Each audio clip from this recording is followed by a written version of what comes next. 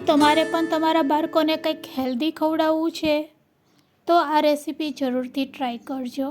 Hello friends, welcome to kitchen art. Friends, આજે આપણે લીલા વટાણામાંથી એકદમ હેલ્ધી નાસ્તો બનાવીશું. સાથે બનાવીશું સ્પેશિયલ ચટણી. સ્વાદમાં એકદમ ચટપટી અને ટેસ્ટી લાગશે. તો ચાલો બધી ટ્રીક અને ટિપ્સ સાથે આજે આપણે બાળકો માટે એકદમ હેલ્ધી નાસ્તો તૈયાર કરીશું. રેસીપી સારી લાગે તો લાઈક અને શેર કરજો. મારી ચેનલ ઉપર નવા હોય અને મારી ચેનલને હજુ સબસ્ક્રાઈબ ન કરેલ હોય તો સબસ્ક્રાઈબ કરી બાજુનું બેલ બટન દબાવવાનું ભૂલશો નહીં, જેથી કરીને તમને મારા નવા વિડીયોનું નોટિફિકેશન મળતું રહે. તો અહીંયા સૌથી પહેલાં આપણે લીલા વટાણા લેશું, 1 વાટકી જેટલા. તો ચોક્કસ માપ સાથે આજે આપણે આ રેસીપી તૈયાર કરીશું. હવે આપણે મિક્સર જાર લેશું અને લીલા વટાણાને એકવાર ધોઈ લેવાના અને પછી મિક્સર જારમાં એડ કરવાના. વટાણા એડ કર્યા પછી અહીંયા આપણે તીખાશ માટે લીલું મરચું એડ કરશું. સાથે એડ કરશું 6 થી 7 નંગ લસણની કળી અને આદું જો એડ કરવું હોય તો આદું પણ તમે એડ કરી શકો છો.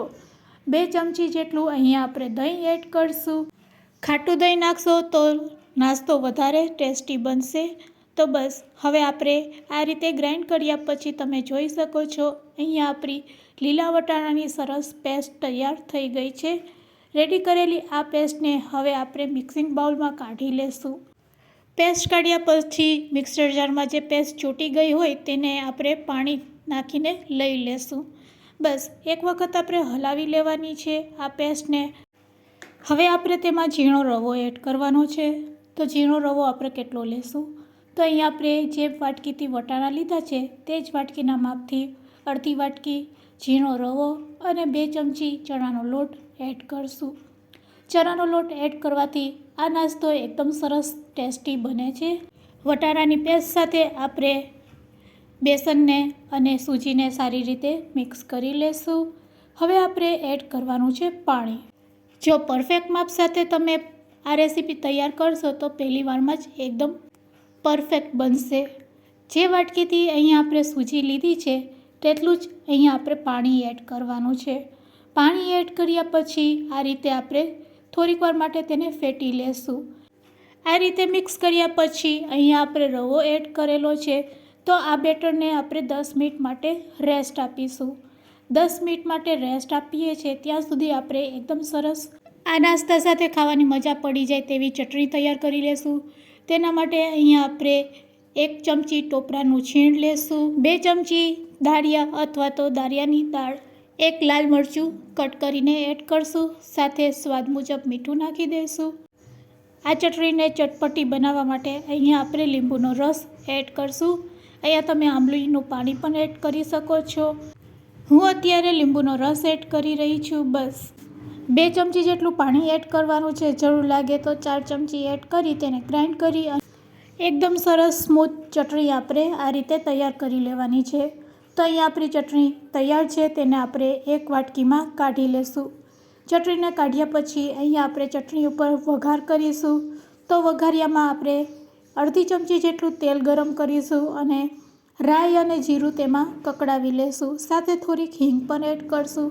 રાઈ અને જીરું સરસ આ રીતે તેલમાં કકડી જાય એટલે તરત જ આપણે તૈયાર કરેલી ચટણી ઉપર તેને રેડી દેશું. તો અહીંયા આપણી ચટણી પણ તૈયાર છે. તમે જોઈ શકો છો ખાવામાં એટલી મસ્ત લાગશે કે વાત ન પૂછો. 10 મિનિટ થઈ ગઈ છે. અહીંયા આપણું બેટર પણ તૈયાર થઈ ગયું છે.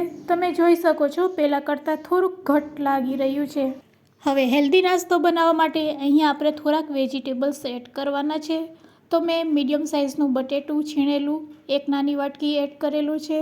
સાથે સમારેલી ડુંગળી 2 મીડિયમ સાઇઝની અને સ્વાદ મુજબ મીઠું નાખશું. અહીંયા તમે ફ્રીજમાં રહેલા કોઈપણ વેજીટેબલ્સ એડ કરી શકો છો, કોબી, ગાજર. અને ફ્રેન્ડ્સ, આ ખરેખર એટલો હેલ્ધી અને ટેસ્ટી બનશે કે બાળકોનો ફેવરેટ બની જશે. તો ચાલો હવે આપણે તેમાં અડધી ચમચી જેટલો ઈનો એડ કરશું. ઈનો એક્ટિવેટ કરવા માટે તેમાં આપણે થોડુંક પાણી નાખી દઈશું અને બસ તેને હલાવી લેશું. અહીંયા આપણું બેટર છે તે તૈયાર થઈ ગયું છે. ઈનો નાખીને એક વખત આ રીતે ફેટી લેવાનું સારી રીતે. તો વધારે ફેટવાનું નથી, બસ હળવા હાથેથી આ રીતે આપણે ઈનોને બેટર સાથે મિક્સ કરી લેશું. હવે ગેસની ફ્લેમ ચાલુ કરીશું. નોનસ્ટિક તવા ઉપર આપણે તેલ લગાડી લેશું અને થોડાક તલ સ્પ્રેડ કરી દેશું. તમારે તલ ન સ્પ્રેડ કરવા હોય, તેલ ન લગાડવું હોય તો ખાલી બેટરથી પણ તમે આ નાસ્તો તૈયાર કરી શકો છો. બસ 1 ચમચા જેટલું બેટર લેવાનું છે, તેને આ રીતે સ્પ્રેડ કરી દેવાનું છે અને પછી તેને લીડથી ઢાંકી દેવાનું છે. મીડિયમ ટુ લો ફ્લેમ ઉપર એક બાજુ આપણે પાકવા દેશું. એક બાજુ સરસ પાકી જાય એટલે આપણે ઉપરથી ફરીથી થોડુંક તેલ લગાડશું. તેલ લગાડવું ઓપ્શનલ છે, તલ નાખવા પણ ઓપ્શનલ છે. જો આ બંને વસ્તુ એવોઇડ કરવી હોય તો તમે એવોઇડ કરી શકો છો. એક બાજુ સરસ શેકાઈ જાય એટલે તેને આપણે પલટાવી લઈશું. તમને અવાજથી જ ખ્યાલ આવશે કે આ નાસ્તો ઉપરથી કેવો સરસ ક્રિસ્પી તૈયાર થયો છે. ફરીથી લીડથી ઢાંકી દેશું. આ રીતે બંને બાજુ સરસ શેકાઈ જાય એટલે તેને આપણે પ્લેટમાં લઈ લઈશું. તો બસ આ રીતે આપણે નાસ્તો રેડી કરી લેશું બધા બેટરમાંથી. તો ગરમા ગરમ નાસ્તો રેડી છે. એટલો હેલ્ધી અને એટલો ટેસ્ટી છે કે વાત ન પૂછો. તો બાળકોને કંઈક નવું ખવડાવવું હોય તો જરૂરથી આ રેસીપી ટ્રાય કરજો. હા, સાથે સ્પેશિયલ ચટણી બનાવવાનું ભૂલશો નહીં. તો ફ્રેન્ડ્સ, આજની રેસીપી કેવી લાગી તે મને જરૂરથી કમેન્ટ્સમાં કહેજો. તો ગરમા ગરમ નાસ્તાને આપણે સર્વિંગ પ્લેટમાં લઈ તેને તૈયાર કરેલી ચટણી સાથે સર્વ કરીશું. તો ચાલો ફ્રેન્ડ્સ, હું ચાખીને કહું છું કે આપણો નાસ્તો છે તે આ ચટણી સાથે કેવો લાગી રહ્યો છે. વાવ ફ્રેન્ડ્સ, ખરેખર ખૂબ જ સરસ લાગી રહ્યો છે. જરૂરથી ટ્રાય કરજો. વિડીયોને એન્ડ સુધી જોયો હોય તો એક લાઈક જરૂરથી આપજો. અને હા, તમારા ફ્રેન્ડ્સ, મિત્ર અને ગ્રુપમાં શેર કરવાનું ભૂલશો નહીં. Thanks for watching.